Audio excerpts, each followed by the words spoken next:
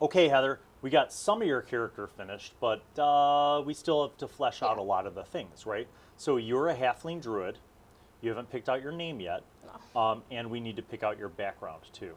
So as a Druid, we already went through some of these things. You get some additional proficiencies. You have proficiency with an herbalism kit, and then we get some starting skills and equipment. Before we pick your skills, I'll read which ones you have access to. You get to choose two from Arcana, which is like a knowledge of like magic and the magical things in the world. Animal handling, which is what you think it would be like. Yeah. Being able to calm animals, being able to train them, being able to handle them. Insight, which is your ability to sense someone's motives, whether or not they're lying, that kind of stuff. Medicine, which is an understanding of medicine, basic first aid, that kind of stuff, diagnosing diseases. Nature, which as a druid, that might be something you want to have. It's basically an insight into animals, flora, fauna, all that stuff.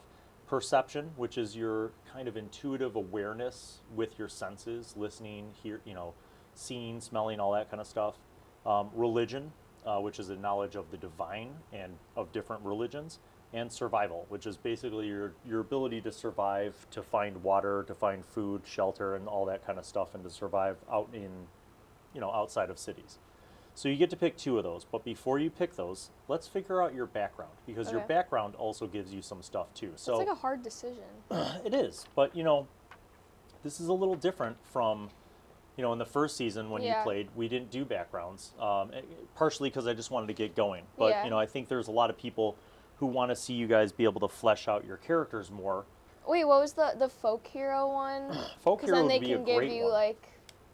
like a meal and stuff like Yes, that. so That's, like, folk kinda hero, there are some overlapping skills, like Yeah. so that would free up some of your skills as a druid to take this. But you get animal handling and survival. You get a type of artisan's tools, so you're familiar with one kind of artisan tool.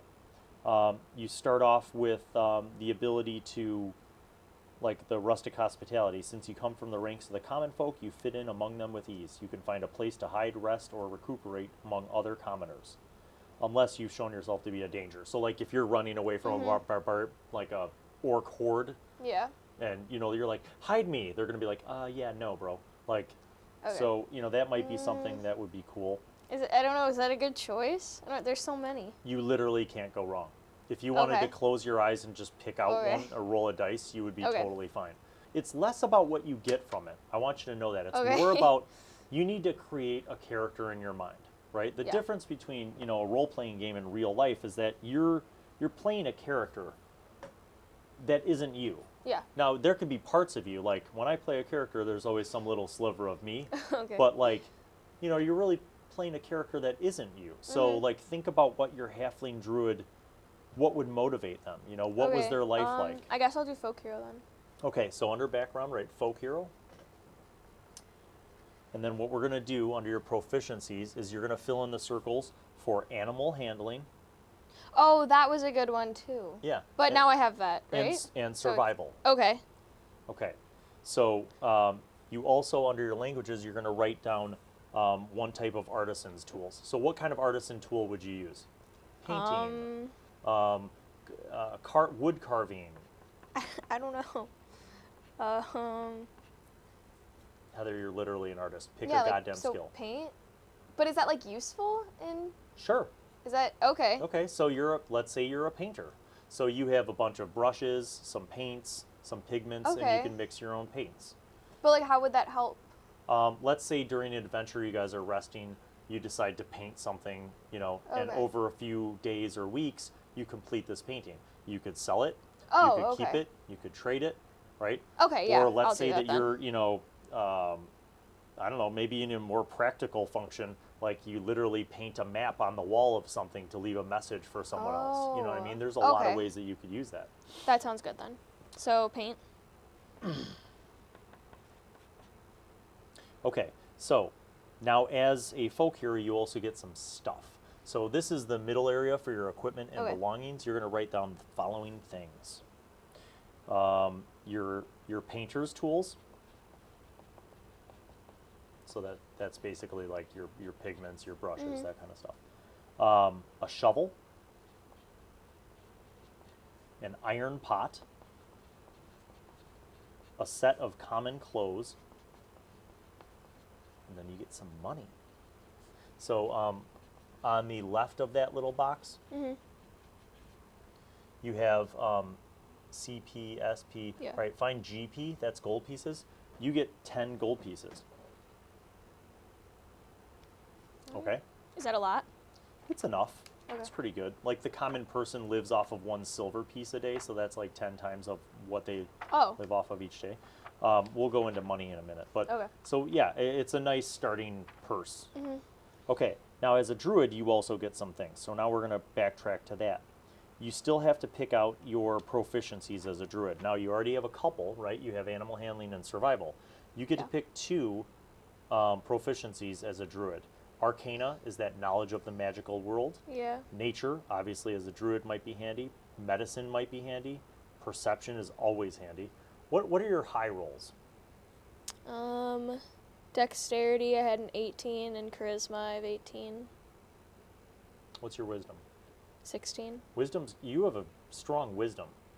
You might want to take perception, because that's your ability to spot things and search around for things, your Okay. awareness of the world around you, and that's impacted by your wisdom. You may also decide that you want to take, well, it's up to you really. One of the knowledges, like nature, religion, or arcana. Yeah. Those, now, different knowledges are affected by different attributes. So, for example, arcana is your intelligence. So what's your intelligence bonus? 1. Yeah. So nature, arcana, and Oh, wait, religion. actually, wait, is that here or on here? here. So Oh, one. yeah, 1. So your nature, your arcana, your religion, that's intelligence based. Okay. Animal handling is wisdom based. Insight is wisdom based. Medicine and perception and survival are wisdom based. And you have a great wisdom. So any of those skills that deal with wisdom, you're going to have a stronger ability to use. Okay. So maybe, What was it? medicine and perception. Oh, yeah. Those would be, all of those are good. Medicine's probably Okay, so good. fill in the dot for Yeah. medicine. And then the last one, nature, perception. Nature? Yeah, we'll It's up do to you. nature. Okay. Nature. All right. Okay, so here's how we're going to fill these in. If you have a dot, it means you have proficiency. So see how there's like a parentheses next to Yeah. it? So animal handling would be your what? Wisdom bonus? Yeah. Okay, so that's plus what? 3. And then proficiency because you have a black dot. So it's 5. 5. Now go down the list. What's the next one? Medicine, which is wisdom, so 5. Mm-hmm. And the next one? Intelligence, so 1 and 2, 3. Mm-hmm. And the next one? Wisdom, so 5. Yeah. So that's a really strong start. Now, Yeah. just because you don't have proficiency in these other things doesn't mean you can't do them. Yeah. So what you would do is go through the things that you don't have. Like, what's this first one? Dexterity. Okay, so dexterity. You have a +4. Write that in. That's huge, right? Yeah. What's the next one? Arcana, +1. What's the next one? Athletics, strength, +0.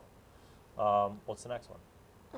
Deception, +4. 4. See what I mean? So Yeah. go through and just look at the parenthesis thing next to each thing, find the Yeah. associated thing, and fill those in.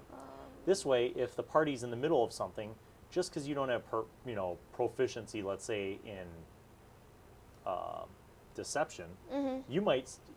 You don't even have proficiency in deception or persuasion, but you have a huge charisma, so you might be better than some of the people who do. Okay. Okay, so keep filling those in. And then we're going to move on to the rest of your equipment. So as a druid, you have some armor proficiencies. You have light armor proficiencies, medium armor proficiencies, shields, but druids will not wear armor or shields made of metal. So here's the thing. You don't have a ton of hit points. You only have 9 hit points. Yeah. So your armor class is going to be very important. The good thing is that your dexterity is massive. So you could have leather armor, so write that in, erase money, and write down leather armor. You have leather armor and a wooden shield. So write those in, and we're going to calculate your armor class.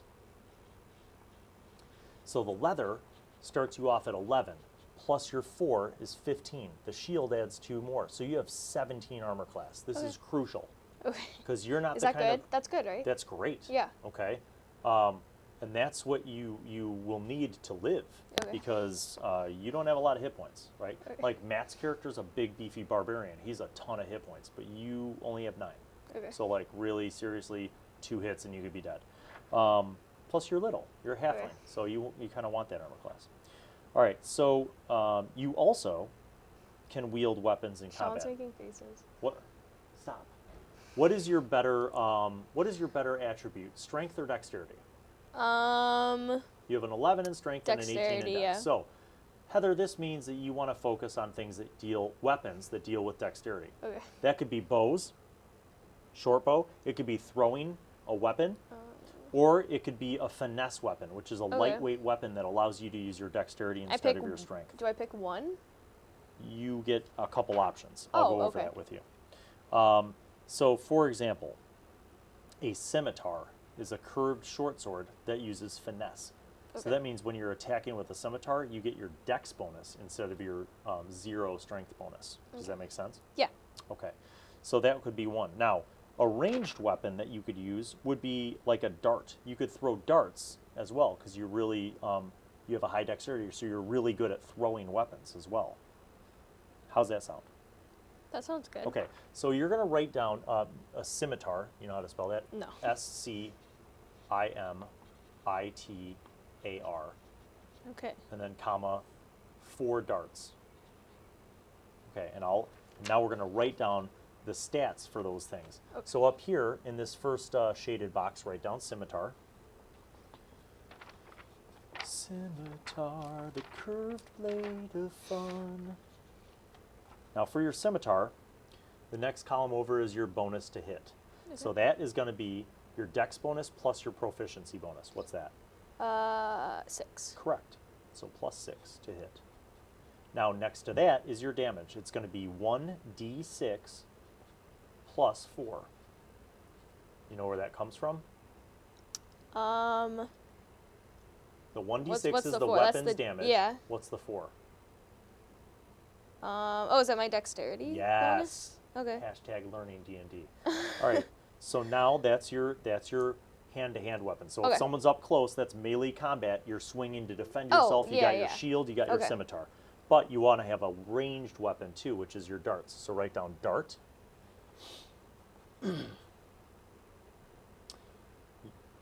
Your to hit with the dart is the same as your scimitar. Isn't that amazing? So you get a plus 6 to 6. throw a dart. Okay. Now, your damage is a little lower because darts Yeah. are smaller.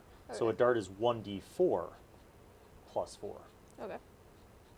which is still pretty beast. Yeah. You could literally kill a basic monster with a dart. Okay. Okay. Are we still using the Bill Allen? Damage alternative scoring system? Yes. Yes. So when you roll a natural 20, you immediately max out the first dice and then you roll the second. Okay. All right, so you now are in a good position with weapons. You have your armor class. You know what weapons you're using. The last thing we need to do, though, is as a druid, you have spells, right? Mm-hmm. Did we pick out any spells last session for you? I don't remember. I don't think Okay, so. you have your languages, though, right? Yeah. As a druid, you also have a special language called Druidic, Oh, okay. D-R-U-I-D-I-C. It's literally only druids can speak this secret language. It's an ancient hidden language. Okay. And it's also in writing, it has like messages. Like you could leave like a message in Druidic carved into a tree or a stone or painted on a painted. cave wall. Okay. And other druids would understand it, Okay, but nobody no one else else. would. So it's kind of a cool secret That's nice. language. All right, so as a druid, you have cantrips and you have spells, okay? Cantrips are spells that you could cast really fast every round. You never run out of them. Okay. And then you have spells, which is you have 2 spells at first level, okay, spell slots. Are these the same as last time? Yes. Okay. So you could, in theory, if you were just going to be like, I just want to do the same thing, you could do that.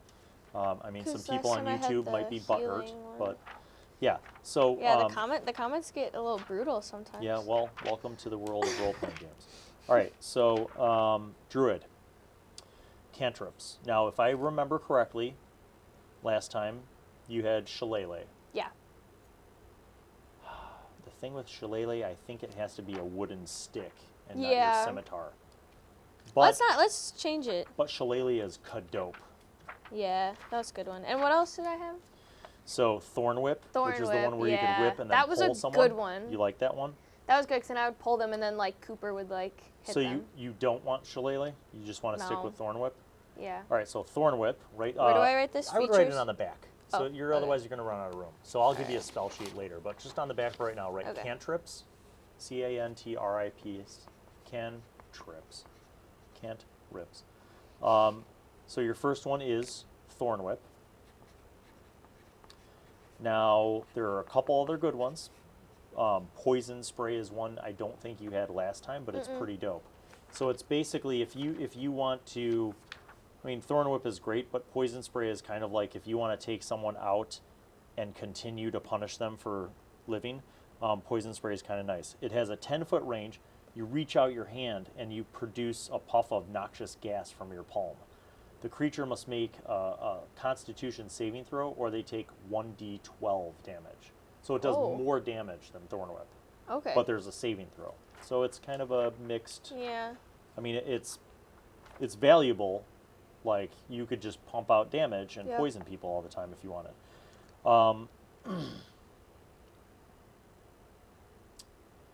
Let me see if guidance. Guidance is like a buff, basically. It's not so much an attack or a defense per se. It's more of a buff. Like, it basically helps people out. So, like, you could touch one of your friends in the party, and before the spell ends, that person can roll a d4 and add the number to one of their ability checks. So, like, if someone has to do something important, like, you know, Matt has to lift this enormous stone door before it closes and traps you guys. You could be like, Oh. boop, and then his athletics, helps. when he rolls athletics, he'll get an extra Oh. d4. Wait, that's and you could kinda do that every cool. round. It's super awesome. Should I do that? I would. That sure. sounds cool. Yeah. What's it called? Guidance. Yeah, that's nice. So write down, like, next to it, just I'll tell you what to write. So plus 1d4. What should I write next to Thorn Whip? Okay, so Doesn't Thorn Whip, matter. Thorn Whip is, there's no saving throw for Yeah. Thorn Whip, but it's basically an attack. And I think it's a melee attack. Let me double check. Yeah, make a melee attack against the target. If the attack hits, it takes 1d. So write down 1d6. And then comma, pull 10 feet. Oh, and 30-foot range. So anybody, I mean, it's almost like, you know, 30 feet is a lot of space Yeah. in D&D. So you could hit somebody far away, pull them down, and then your group mates can attack. Cool. All right, now we're getting to spells. So druids have 2 spells at first level. Am I still writing this on the back? Yeah, so down here write spells, like leave a little space, and then write spells. So druids have some pretty cool spells at first level. As you remember, Cure Wounds is always useful. Oh, yeah, that was a good one. So that might be one. And then you could stick with Healing and do Healing Word. You could do That's what I had last time. Goodberry. You could do, I mean, yeah, if you're like okay with just being like the healer, that wouldn't be a bad thing. Yeah. Now, in a meta way, I will tell Yeah. you that Carl took Cure Wounds as a bard. So you do have other people in the party who could do that. I don't really want to take it if you already took it. Okay. So we have Fog Cloud, we have Goodberry. What's Fog Cloud? I'll read you some of Okay. these descriptions if any of them jump out as, you know, Okay. as being interesting. Fog Cloud. You create a 20-foot radius sphere of fog centered on a point within the range. The sphere spreads around the corners, and the area is heavily obscured. So if it basically it's just like, and now nobody in that Okay. area can see. That's Okay. great as a defense if you guys need to, like, oh crap, run away, Yeah. right? Or if you have somebody, you know, in a room and you want to fog them and then they run out and you guys attack them. There are a lot of different ways to use it. That's nice. It lasts for the duration or until a wind of moderate or greater speed disperses it. So it has a 120-foot range. So you could be 120 feet away and fog cloud something. Oh. You know what I mean? So that's kind of cool. It doesn't do sounds kinda- damage, but yeah. it's kind of valuable. Let me I don't read know. Goodberry. Goodberry, I grew up thinking that this had the lamest name in the game, but it's kind of cool. So Up to 10 berries appear in your hand, and each of them are infused with magic. This is kind of a cool druid spell. Okay. A creature can use its action to eat one berry. Eating one berry restores 1 hit point, and it provides enough nourishment to sustain a creature for 1 day. So literally like a blueberry, you eat it, you get a hit point back, and you're like, I'm Wait, full. I like that. I want to use that one. It's super valuable. Yeah. It has the lamest name in the game, Yeah, but that's it's dumb. super cool. All right, we're going to use that So one. good berry. So next to that, write down 10 berries, comma, plus 1 HP each. All right, I'm going to read Healing Word to you, Okay. because Healing Word is different from Cure Wounds. Healing Word, creature of your choice that you can see within range regains hit points equal to 1d4 plus your spellcasting ability modifier. So it's 1d4 plus 3 for you. And it has a range of 60 feet. So the difference between that and Cure Wounds is subtle but significant. It doesn't heal as much as Cure Wounds, right? Because it's only 1d4 plus 3. But you could cast it 60 feet away, which is kind of huge. Cure Wounds is a touch. You have to be this close to heal someone. It does 1d8 plus 3. You know what I'm saying? Yeah. So I think I Healing should Word do is Healing cool. Word. Like if your friend's like just been like shot down and they're almost gonna die, and they're 30 feet away from you because you're in the back like hiding so you don't die, you could do Healing Word from 60 feet away. Should we do that one? All right, so write down Healing Word, and then for the note next to it, write down 1d4 plus 3 HP, and comma 60 feet range. That's nice. Yeah, that's I think huge. that one's good. And Because it's Carl already has. yeah, Carl has Cure Wounds. Cure Wounds, You have so Healing Word, so you might can as heal well do people something from a different. distance. You have Good Berries, so if the party's been like attacked and just people are down a little bit of hit points, you can heal them. Cool. Or if people are hungry, whatever. But now you got some spells, you have some cantrips, you have your equipment, right? Yeah. We have all your special abilities as a halfling. We have all of your major stats. So Heather, you are good to go. All the right. only thing we need you to do is come up with a name. Now, Okay, I don't know what to pick. I need to figure it out. I'm going to give you time to think of a name. Okay. Or, you know what I'm going to do? Is it The like Player's Handbook is such an awesome book. And I'm a firm believer, Heather, that, you know, there are plenty of people who will buy every single book in a game that they like. And that's fine. If you have that money to do that, that's great. But I'm a firm believer that a game should be able to work with one book if you want it to. Mm-hmm. So here are some halfling names. Think Okay. about this. They give you optional right. names. Andri, Bree, Callie, Cora, Euphemia, Jillian, Kithri, Lavinia, Lida, Merla, Nida, Pela, Portia, Serafina, Shayna, Trim, Vani, and Verna. Those are all common halfling names. No, none of them. I don't know. I mean, it doesn't matter. Corrine, Milo. I like Milo. Milo's a boy name, but take it. You have a tradition of having boy names. Yeah. So you're Milo.